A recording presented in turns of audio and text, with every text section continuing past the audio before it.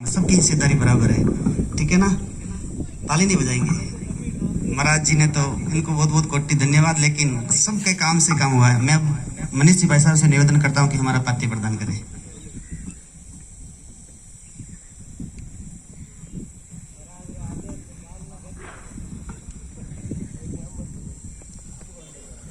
महाराज के आदेश की पालना से ही अपना देश चल रहा है।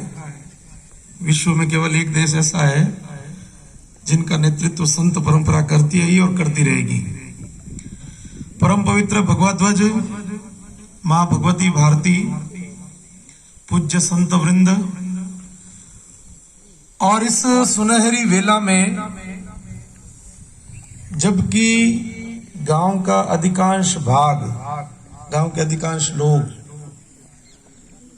या तो खेतों में अपना काम कर रहे होंगे या हमारी जैसी युवा पीढ़ी, क्योंकि आजकल आदत पड़ गई है घर पे बैठ करके मोबाइल पर देशभक्ति का परिचय दे रही है स्टेटस लगा करके।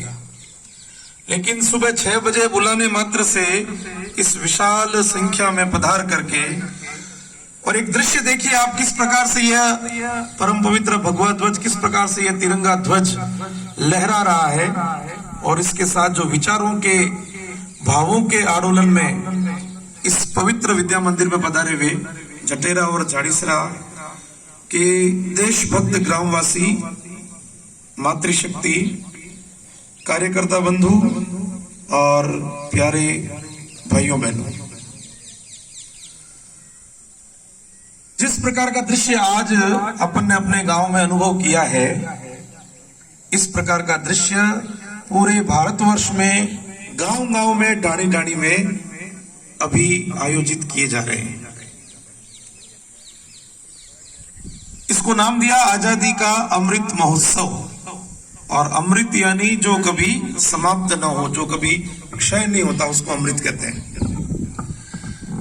तो आजादी का अमृत महोत्सव मनाने के पीछे का हेतु, आजादी किस प्रकार से प्राप्त हुई थी, उसके पीछे का हेतु, क्या आजादी के मायने थे, क्या आजादी की प्रासंगिकता है, इसके बारे में कोई 15-20 मिनट तक ही मैं आप लोगों का समय लूंगा।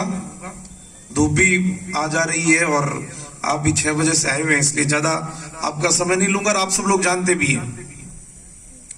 लेकिन जिस प्रकार की एक रैली हमने आज अपने गांव में आयोजित करी, आज से कोई 70-80 साल पहले ऐसे झंडे को लेकर के गांव में निकलना सरल नहीं था। क्यों नहीं था? क्योंकि इस देश की जो सत्ता थी, इस देश का जो तंत्र था, वो हमारे लोगों के हाथ में नहीं था, जिसको हम कहते थे कि हमारा देश परतंत्र था। अब 2 तरह की बातें हैं। एक हम कहते हैं हमारा देश परतंत्र था, हमारा देश और संघर्ष के काल में रहा, हमारे देश पर दूसरे लोगों ने राज करने का प्रयत्न किया, प्रयास किया, काफी हद तक वो सफल भी हुए। लेकिन किस प्रकार का देश हमारा?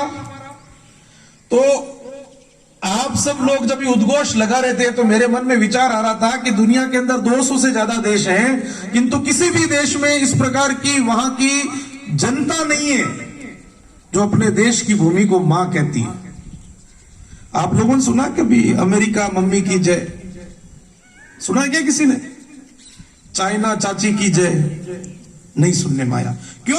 क्योंकि उनके लिए देश, उनकी कंट्री केवल और केवल जमीन का टुकड़ा है, पैदा होते हैं, खाते पीते हैं, मर जाते हैं, और उनका कोई उद्देश्य नहीं है।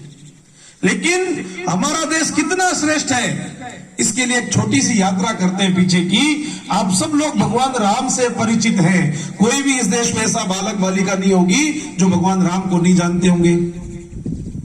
जब भगवान राम ने रावण को मार दिया था, इसी प्रकार का समय था, जैसे हम आपस में बात कर रहे हैं, वैसे ही बातचीत राम और लक्ष्मण भी कर रहे थे। तब लक्ष्मण ने कहा कि भाई साहब 4 भाई हैं, अयोध्या छोटा राज है, रावण को हराया हमने, मारा है, ये राज हमारा है। उस समय सिस्टम था ये कि राजा जो जीतता था उसका राज्य हो जाता था वो। तो लक्ष्मण ने कहा चल के वापस क्या करेंगे, यही रहेंगे, सोने की लंका है, चारों तरफ समुद्र है, बढ़िया महल माली बने हुए। हमें से भी कोई राम जी की जगह होता, लक्ष्मण जी की जगह होता तो यही करते हैं। लेकिन राम ने जो उत्तर दिया ना, वह उत्तर इस देश के महत्व को बढ़ाने वाला है। राम जी ने उस समय कहा, अपि स्वर्णमयी लंका नमे लक्ष्मण रोचते जननी जन्मभूमिश्च स्वर्गादपि गरीयसी। कि अरे लक्ष्मण, ये जो सोने की बनी हुई लंका है ना, यह भी मुझे अच्छी नहीं लगती। क्यों अच्छी नहीं लगती? क्योंकि जननी यानी मां और मातृभूमि जहां हमने जन्म लिया है, यह स्वर्ग से बढ़कर के होती है। और हमारा देश तो वास्तव में स्वर्ग से बढ़कर है। इस दुनिया के अंदर कोई ऐसा देश नहीं है जहां 6 प्रकार की ऋतुएं होती है। अगर कोई देश है वो ठंडा है तो 12 महीने वहां ठंड पड़ेगी। कुछ ऐसे देश है जहां 12 महीने गर्मी पड़ती है। कुछ ऐसे देश हैं जहां 12 महीने ही केवल बारिश होती रहती है। किंतु एकमात्र दुनिया के अंदर ऐसा देश है जिस देश के लिए कहा जाता है कि देवता भी जहां जन्म लेने के लिए लालायित रहते हैं। भगवान एक अवतार बना करके और एक अवतार में सारा काम करके चले जाते, लेकिन भगवान ने भी यही सिस्टम किया कि बार बार ही आना है, बार बार इस धरती में जन्म लेना है, बार बार इस धरती पर अपना बचपन बिताना है, इस धरती की चंदन से पवित्र मिट्टी को अपने मुंह में खाना है, इसमें लोटपोट होना है। इसलिए बार बार उन्होंने अवतार लेकर के और इस धरती पर आनंद लिया।